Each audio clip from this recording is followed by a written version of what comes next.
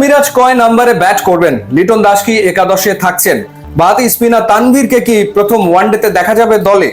Opening কোন দুজন করছেন? নাইম শেখকে কি প্রথম ওয়ানডেতে এই সুযোগ দেওয়া হবে? 5 পেসারের ভেতরে কোন 3 জন খেলবেন, কোন 2 জন বাইরে থাকবেন? এরকম অনেকগুলো প্রশ্ন। সবচেয়ে বড় ব্যাপার হলো মুশফিক এবং মাহমুদুল্লাহ রিয়াদের পজিশনে বাংলাদেশ আসলে কোন 2 ব্যাটসম্যানের কথা চিন্তা করছে? উত্তর পাওয়া যাবে শ্রীলঙ্কার বিপক্ষে প্রথম ওয়ানডেতে, এবং নতুন ক্যাপ্টেনের হাত ধরে নতুন অধ্যায় শুরু করতে যাচ্ছে বাংলাদেশ দল। আপনাদেরকে জানিয়ে রাখি যে রিসেন্ট পারফরমেন্স বাংলাদেশের ওয়ানডেতে একেবারেই ভালো না। সবশেষ যে 8টা ওয়ানডে খেলেছে বাংলাদেশ 6টাতেই হেরেছে। সবশেষে 11 ম্যাচের ভেতরে বাংলাদেশ 8টাতে হেরেছে, বাকি যে ম্যাচগুলো জিতেছে সেগুলো জিতেছে এই শ্রীলঙ্কার বিপক্ষেই। শ্রীলঙ্কার বিপক্ষে এই সিরিজ গুরুত্বপূর্ণ দুটো কারণে। এক হচ্ছে র্যাঙ্কিং এ আবারও সামনে এগোনোর সুযোগ, এবং একই সাথে মাথায় রাখতে হবে 2027 ওয়ানডে বিশ্বকাপ বাংলাদেশ নিশ্চয়ই সরাসরি সেই বিশ্বকাপে খেলতে চাইবে। শ্রীলঙ্কার দলটা যথেষ্ট রকম ভালো, সেটার প্রমাণ তারা টেস্টে দেখিয়েছে, ওয়ানডেতে আরো ভালো।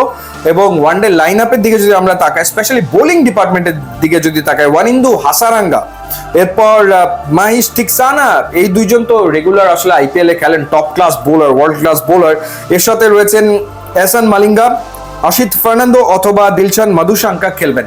সো বোলিং ডিপার্টমেন্ট দুর্দান্ত, কোনো সন্দেহ নাই। বাংলাদেশের ব্যাটাররা তারা আসলে চ্যালেঞ্জের মুখে পড়তে যাচ্ছে। এবার আসা যাক যে বাংলাদেশ আসলে ঠিক কি ধরনের একাদশ নিয়ে প্রথম ওয়ানডেতে মাঠে নামতে পারে।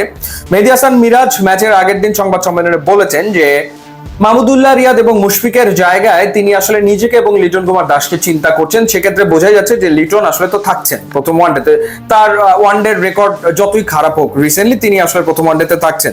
সেই জায়গাটাতে ওপেনিং এ আমার মনে হয় যে তানজিদ হাসান তামিমের সাথে আমরা প্রবাবলি নাইম শেখকে হয়তো বা দেখতে পারি, যাকে আসলে নেওয়া হয়েছে, এবং প্রথম ম্যাচে তাকে সুযোগ দেওয়া হতে পারে। এবং সেটা যদি হয় তাহলে পারভেজ হোসেন ইমন তিনি হয়তো বাইরে থাকবেন।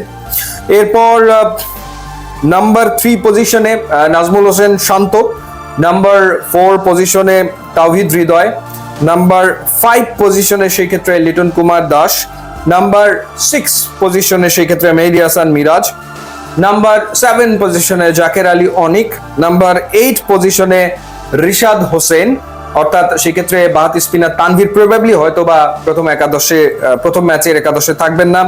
এখন 3 জন ফাস্ট বোলারের ক্ষেত্রে মুস্তাফিজ এবং তাসকিন, এই দুজন তো থাকবেনই। তাসকিন ইনজুরি থেকে ফিরেছেন, নাও হি ইজ ফিট, তিনি খেলবেন, থাকবেন। এবং মুস্তাফিজ শ্রীলঙ্কার বিপক্ষে দুর্দান্ত ট্র্যাক রেকর্ড তার, মুস্তাফিজও থাকবেন। এখন থার্ড যে পেস বোলিং অপশনটা, সেই জায়গাটাতে 3টা নাম আছে, নাহিদ রানা, তানজিম হাসান সাকিব এবং হাসান মাহমুদ। তো সেই জায়গাটাতে আমার মনে হয় শ্রীলঙ্কার বিপক্ষেও নাহিদ রানাকেই সুযোগ দেবে, তার পেসটা কাজে লাগানোর চেষ্টা থাকবে ফার্স্ট ওয়ানডেতে। হাসান মাহমুদ তিনিও সুযোগ পেতে পারেন, ইউ নেভার নো। সো এরকম একটা একাদশ নিয়ে আসলে বাংলাদেশ প্রথম ওয়ানডেতে মাঠে নামতে চলেছে। আপনার কি মনে হয় ডেফিনেটলি জানাবেন। সেই ক্ষেত্রে বাইরে থাকবেন শামীম হোসেন পাটোয়ারি, পারভেজ হোসেন ইমন, তানভীর ইসলাম, হাসান মাহমুদ, তানজিম হাসান সাকিব। বাংলাদেশ নতুন অধ্যায় কেন সূচনা করতে চলেছে? কারণ no Shakib, no Mashrafi, no Mushfiq, no Mahmudullah Riyad, and no Tamim Iqbal.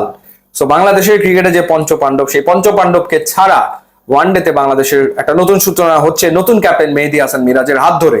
So শুভকামনা থাকলো বাংলাদেশ দলের জন্য। দেখা যাক কেমন করে প্রথম ওয়ানডেতে। ইউটিউব, ইনস্টাগ্রাম লিঙ্ক আছে, আপনারা যোগ দিলে খুবই খুশি হবে।